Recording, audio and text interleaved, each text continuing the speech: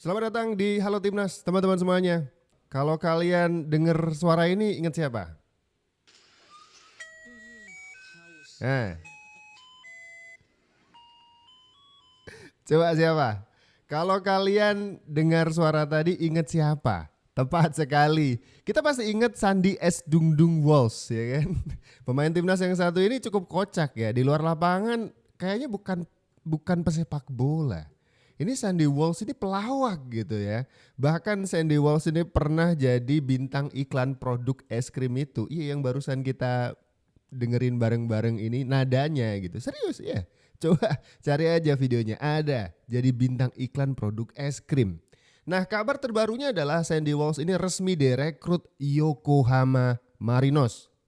Mantap. Ini klub yang bukan ecek-ecek gitu. Langkah besar dilakukan oleh Yokohama Marinos dengan mendatangkan salah satu penggawa timnas Indonesia. Konnichiwa, hajimemashite, Sandy desu. I'm very happy and very honored to make my transfer to Yokohama Marinos. And the first word I remember my grandmother always tell me is like tolol.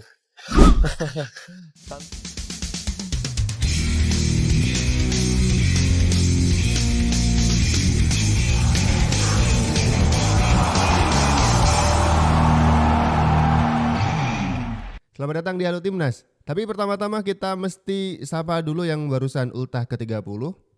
Halo Pak Prof Tom Haye, selamat ultah. Semoga semakin berkah, rezeki lancar ya kan, kaki aman dari cedera. Dan mainnya makin moncer gitu, baik di timnas maupun di klub asalnya gitu. Oke, kita langsung aja bahas transfer saganya Sandy Walsh deh. Sandy Walsh ini ke Jepang, gabung Yokohama Marinos, klub tersukses di J-League. Diklaim paling lama bertahan di kasta tertinggi J-League bersama Kashima Antlers. Dan kita bersyukur sekarang ada Bang Sandy S. Dungdung Walsh yang direkrut sama tim besar yang satu ini. Haus makan.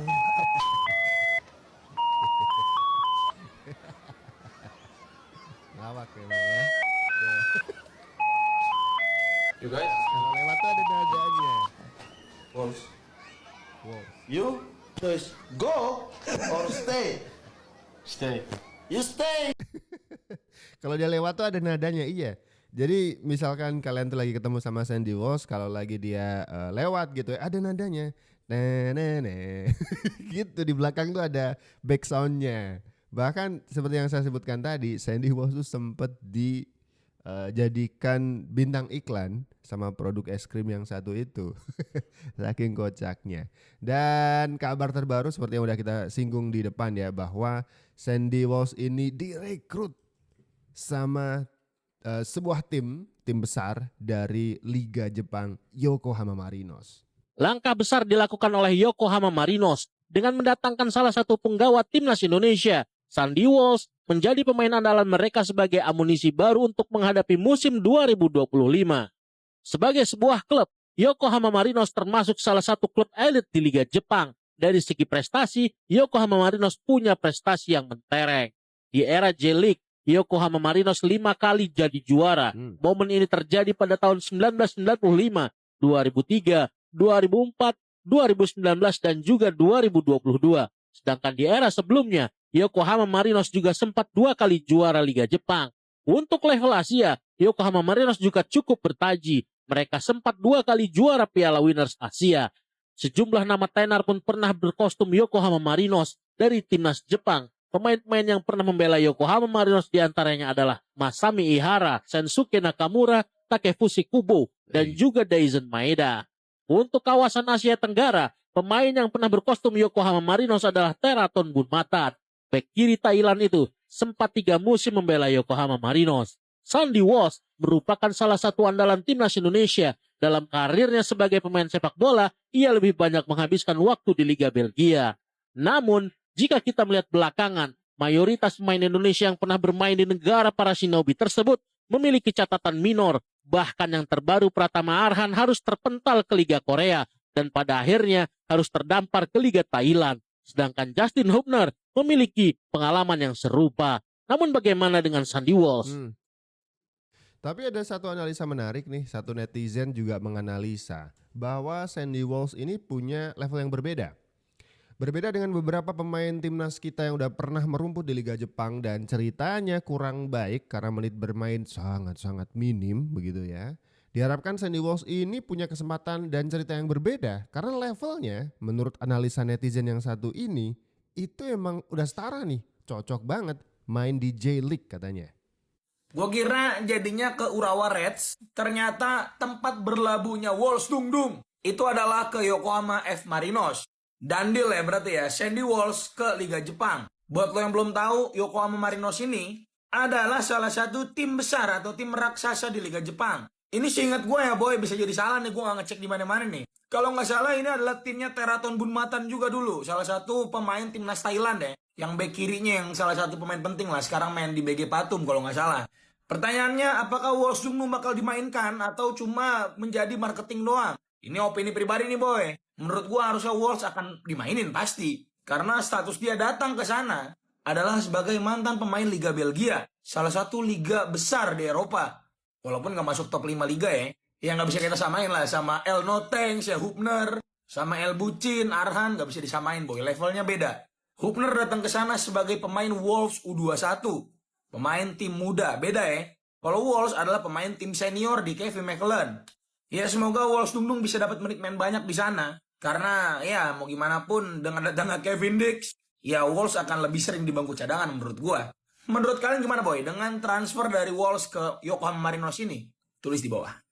Gua akhirnya tersadarkan kalau levelnya Sandy Walsh mah bisa bersaing di Liga Jepang atau J-League. Karena bisa dikatakan Sandy Walsh ini selevel dengan pemain lokal Jepang. Ini dia caps pemain Indonesia yang pernah merumput di Liga Jepang. Hanya Irfan Bahdim yang memainkan pertandingan lebih dari 10 match di Liga Jepang. Nama pertama ada Stefano Lillipali yang memainkan 1 pertandingan untuk klub Consadole Sapporo. Nama kedua ada Irfan Bahdim yang bermain untuk 2 klub yaitu Ventrovet Kofu dan juga Consadole Sapporo dengan total 12 pertandingan. Nama ketiga ada Pratama Arhan yang bermain untuk Tokyo Verdy dan hanya memainkan 4 pertandingan. Terakhir pemain Indonesia yang merumput di Jepang adalah Justin Hubner untuk Cerezo Osaka. Doi ini bermain 8 pertandingan. Dan kemungkinan dalam waktu dekat yang akan segera bergabung bermain di Liga Jepang adalah Sandy Walsh untuk Yokohama F Marinos. Kalau emang nanti Sandy Walsh ini bisa bermain bagus dan cepat adaptasinya pasti bakal kepake di Liga Jepang. Karena kalau kita mau berkaca pada salah satu pemain ASEAN yaitu Teraton aja ini sampai juara dan starter terus untuk klub Yokohama F Marinos. Cuman harus kita akuin aja bahwa Jepang itu bukan anti sama pemain asing, tapi emang pemain lokal Jepang itu emang lebih pada jago dan kualitasnya itu 2-3